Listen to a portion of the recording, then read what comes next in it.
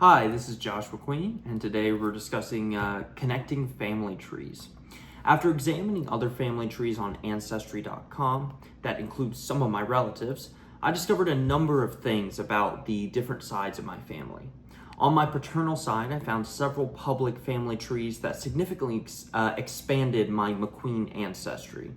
Two independent trees trace the McQueen family several generations beyond what I had documented myself, identifying specifically John W. McQueen and Martha Augustine as Thomas McQueen's parents, and even extending the family back to John McQueen and Rachel Lewis in South Carolina during the 18th century.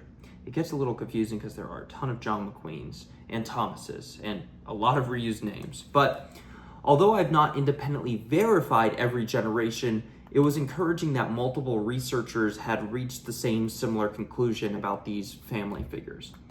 The trees also identified Thomas McQueen's brothers and sisters, allowing me to expand the collateral branches of the family tree rather than just focusing only directly upwards on my ancestors.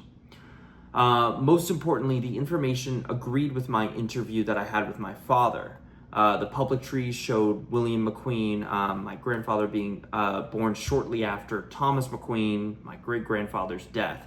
This supported the family story that William never knew his father. On my maternal side, the public trees were especially helpful because they identified the Zoya family's hometown in Italy. Rather than simply listing Italy as a place of origin, multiple trees traced the family to Cirolo in the province of Ancona, March, Italy. Probably said that all wrong, but I'm saying it how it looks. The trees also expanded my understanding of Peter Zoya's family, my great-grandfather, by identifying several siblings and grandparents that had not been discussed extensively with my interview with my grandmother. Many of these details were consistent with the story my grandmother shared regarding the family's Italian heritage and their long history with Quincy, Massachusetts. But she was excited to find out more when I told her some about what I found out from her side of the family. Interestingly, I found out that the two sides of the family had very different stories. The McQueen side primarily expanded through earlier American generations, taking the family to Alabama, to South Carolina, and through other areas of the United States. The Zoya side, however, revealed a much more recent immigration story, allowing me to identify a specific Italian hometown and several previously unknown relatives. Although the public family trees significantly expanded both sides of my family tree, they also highlighted areas where additional research is still needed. On the McQueen side, I was hoping to find stronger documentation connecting the family to traditions that had been passed down, such as the possible relation to Chief Osceola and Scottish heritage, that sort of thing. But I was unable to find convincing documentation that supported that tradition.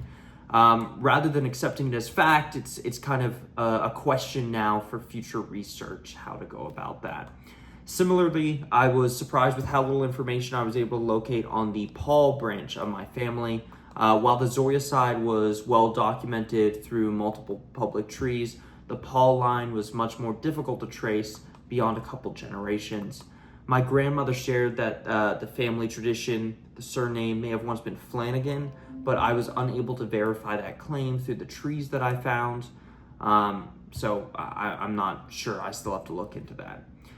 After this research, though, I revised my own tree by adding several generations of the McQueen family, expanding Thomas McQueen's siblings, identifying additional Zoya relatives, and extending the Zoya line back to Italy. So that's where I'm at with kind of extending my family tree. I hope you all are doing great in your research as well, and thank you so much for watching.